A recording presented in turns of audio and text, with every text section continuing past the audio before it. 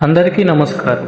మనం ఇంతవరకు శ్రీకృష్ణుడు పాండవ సోదరులు తమ శంఖాలను పూరించడం చూశాం.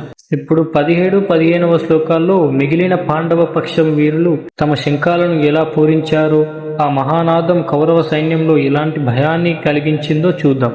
కాశీరాజు, శిఖండి, దుష్టదుమ్నుడు, విరాటుడు మరియు సాత్యకి తమ శంఖాలను పూరించారు. అంతేకాదు ద్రౌపది కుమారులు మరియు సుభద్ర కుమారుడు అభిమన్యుడు వీళ్ళు కూడా తమ శంఖాలను వేరువేరుగా పూరించారు. ముఖ్యంగా చెప్పాలంటే ఈ శంఖారావాలు అన్నీ కలిసి ఒకేసారి మ్రోగడం వలన దాని శబ్దం ఆకాశాన్ని, భూమిని నింపి కౌరవుల గుండెల్లోకి చొచ్చుకుపోయింది. దాంతో ధృతరాష్ట్రుని కుమారులు కలవరపడ్డారు.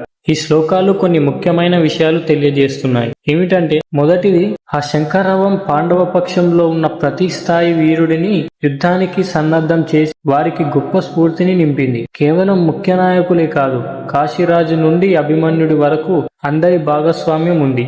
మన జీవితంలో కూడా విజయం సాధించడానికి ప్రతి చిన్న ప్రయత్నం, ప్రతి చిన్న మద్దతు ముఖ్యమని ఇది సూచిస్తుంది. రెండవది, ఆ శంఖారావం యొక్క శబ్దం భూమిని, ఆకాశాన్ని నింపి కౌరవుల గుండెల్లోకి చొచ్చుకుపోయింది. అంటే దీని అర్థం చేసే పని యొక్క ప్రభావం ఎంత బలంగా ఉంటుందో తెలియజేస్తుంది. మనం ధర్మబద్ధంగా చేసే ఏ పని అయినా ఆ శబ్దానికి చెడు ఆలోచనలు, భయాలు కలవరపడి పారిపోవాలి. మూడవది, ఈ శ్లోకాలలో ధృతరాష్ట్రుని కుమారులు కలవరపడ్డారు అని స్పష్టంగా చెప్పబడింది. అంటే ధర్మం తరపున చేసే శంఖారావానికి అధర్మపక్షం ఎంత బలంగా ఉన్నా సరే వారి అంతరంగంలో భయం, అశాంతి మొదలవుతాయని అర్థం. ఈ శంఖారావాల నుండి మనం నేర్చుకోవాల్సింది ఏమిటంటే, మనం ధైర్యంగా, ధర్మంగా ఉండాలని నిర్ణయించుకున్నప్పుడు ఆ నిర్ణయం యొక్క ప్రకటన అనేది కేవలం మన మనసుకే కాదు, మన చుట్టూ ఉన్న ప్రతికూల శక్తులకు కూడా స్పష్టంగా వినిపించాలి. మనం ఐక్యంగా, ధైర్యంగా ఉంటే మన లక్ష్యాన్ని అడ్డుకునే అడ్డంకులు, భయాలు తప్పకుండా కలవరపడతాయి. వాటి అంతం మొదలవుతోంది.